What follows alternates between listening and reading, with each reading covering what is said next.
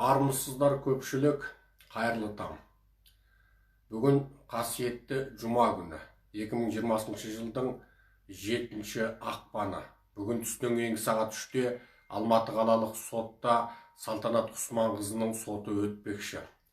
Негізінде ол Алматы қаласы Бостандық ауданының соты бойынша 8 жылға сотталған қазақ қызы. Оны соттатқан Қытай азаматы, Қытай ұлтының өкілі Джан Уэй.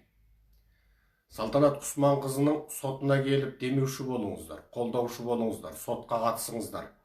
Әрбір қазақтың баласы өзін қазақ сезінетін қазақ.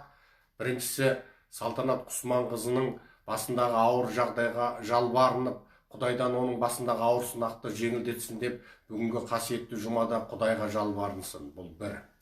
Екіншісі, бір бет қағазға өтінішіңізді жазыңыз.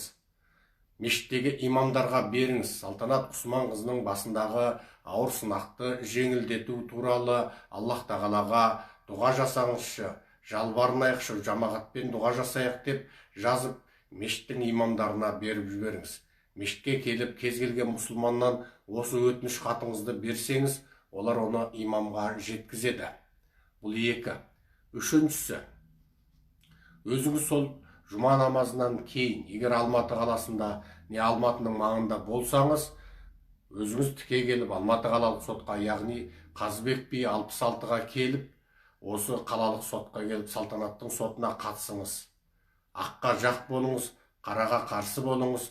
Қазақтың қызы Қазақстанда қазақтың сотының қолымен Қытайдың жаласымен сотталып жатыр. Ендеше осы сотта қазақ жеңіп шықсын десеңіз, бойыңызда қазақтың қаны бар болса, сотқа келіп қатысыңыз, қолдаушы болыңыз. Ең соңғы жеңістің қазақтікі болуына себепші болыңыз. Қайталап айтамын, 2020 жыл 7 ақпан 15:00 Қазыбек би көшесі 66.